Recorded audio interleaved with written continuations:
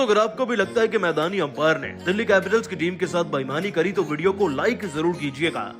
दोस्तों एक हारे हुए मैच में जीत रही थी दिल्ली की टीम, लेकिन अंपायर की बेईमानी भारी पड़ गई और दिल्ली की टीम कैसे हार गई, पंत ने कैसा फाइट बैक किया, सब आपको दिखाएंगे। लेकिन उससे पहले आप सभी को क्या लगता है कि टीम की हार का कारण क्या बना, नीचे कमेंट करके जरूर बताइएगा। दोस्तों आईपीएल 2022 का सबसे बड़ा व हाई स्कोरिंग मुकाबला दिल्ली और राजस्थान की टीम के बीच में वानखेड़े के मैदान में खेला गया। आपको बता दें कि राजस्थान की टीम का रथ शुरू से नहीं रोका जा रहा था किसी पर, और आज भी बिल्कुल वैसा ही हुआ। दोस्तों मैदान में उतरकर ऋषभ पंत ने टॉस जीता और गेंदबाजी चुनकर सब कुछ अपने पक्ष में लाने का पूरा प्रयास भी किया, जिसमें वो इससे पहले कि सक्षम होते जोस बटलर ने पंत और दिल्ली की टीम के सारे सपने चकनाचूर कर दिए।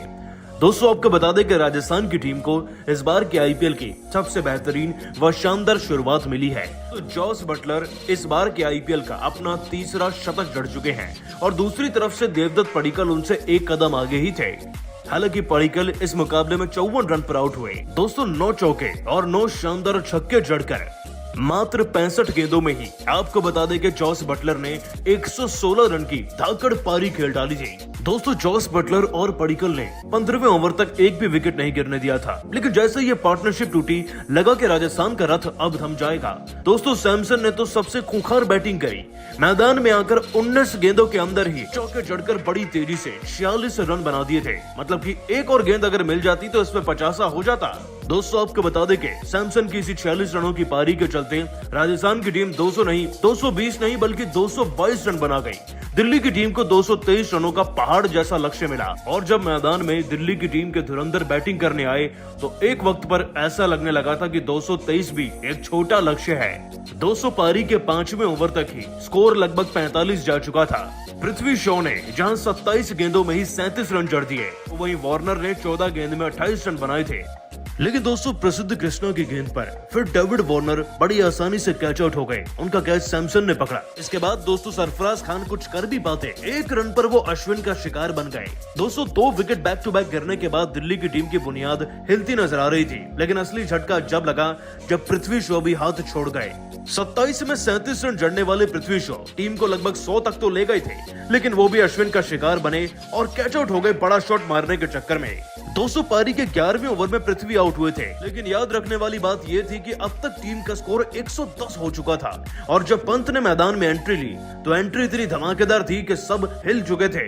दोस्तों पंत ने तो मैदान में आते ही 4 चौके 2 छक्कों की मदद से 24 गेंदों के अंदर ही 44 रन जड़ दिए थे। पंत की पारी ने दिल्ली को नई उम्मीद दे दी थी, लेकिन अभी पंत ने 2 ओवर खेले ही थे कि वो प्रसिद्ध कृष्णा का शिकार हुए। पारी के 12वें ओवर में आसान सा कैच समा बैठे। 40 रन पर दोस्तों पंत की पारी समाप्त हुई और अब अक्षर पटेल और शार्दुल ठाकुर ही जीतने की अंतिम उम्मीद थे, लेकिन अक्षर 1 रन और ठाकुर 10 पर आउट हो गए। आपको बता दें दोस्तों कि गेम चेंजर अक्षर पटेल का विकेट चहल ने अपने नाम किया, उन्हें क्लीन बोल्ड करके।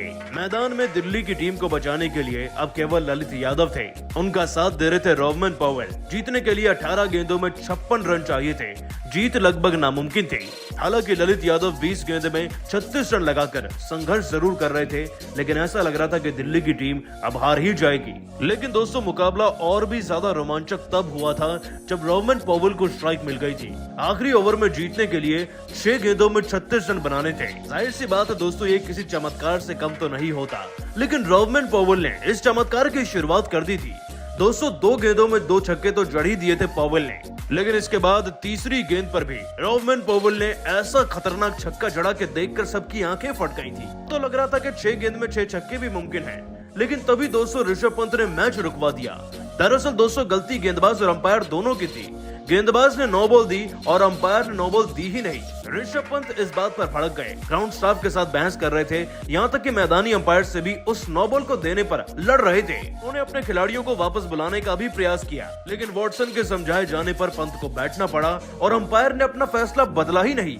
यहाँ तक कि दोस्तों थर्ड अंपायर ने भी इंटरफेयर नहीं किया इसे 9 बॉल देने के लिए, जबकि गेंद वेज से कितनी ऊपर है आप सभी देख सकते हैं। और फिर क्या होना था दोस्तों, रोवमन पॉवेल का मोमेंटम बिगड़ गया, जिसके बाद दिल्ली की टीम इसी मुकाबले को 15 रन के अंतर से हार ही गई। और इसी हार के बाद अंपायर पर इल्जाम लगाते हुए ऋषभ पंत ने अपने बयान में भड़कते हुए कहा, वाकई में बहुत ज्यादा डिसअपॉइंटिंग है, लेकिन मुझे लगता है कि राजस्थान की टीम के खिलाड़ियों ने वाकई में काफी अच्छी गेंदबाजी करी और हमें भी अच्छी गेंदबाजी करनी चाहिए थी।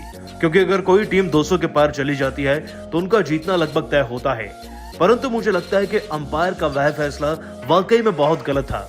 जाहिर सी बात है, टीम में हमारी टीम के किसी स्टाफ मेंबर को भेजना सही बात तो नहीं थी, लेकिन हम क्या करते क्योंकि हमारे साथ भी तो गलत हुआ था। मुझे लगता है कि थर्ड अंपायर को एग्रेसिवली इंटरफेयर करके इसे नो बॉल देना चाहिए था, क्योंकि सबने मैदान में देखा, यहाँ तक कि ऑडियंस ने भी कि गेंद वेस्ट से ऊपर थी, तो जाहिर सी बात है वो नो बॉल तो होनी ही थी।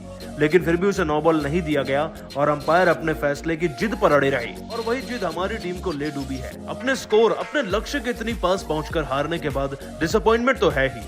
हमारे गेंदबाज थोड़ा और प्रयास कर सकते थे, लेकिन मैं अपनी टीम के खिलाड़ियों को यह कहना चाहूंगा कि चाहे जितना ही गलत क्यों ना हो, अंपायर की ही गलती क्यों ना हो, अपने अगले मुकाबले पर ध्यान दीजिए, क्योंकि आपने आज वाकई में अच्छा प्रदर्शन किया है। दोस्तों, पंत ने वाकई में हार का सारा ठीकरा फोड़ दिया अंपायर के सर पर। लेकिन आप सभी को क्या लगता है, क्या वाकई में वह एक नो बॉल थी? क्या ये अंपायर की गलती थी या नहीं? नीचे कमेंट करके जरूर बताइएगा और ऐसी ताजा खबरों के लिए अभी सब्सक्राइब कीजिए हमारे YouTube चैनल को। धन्यवाद।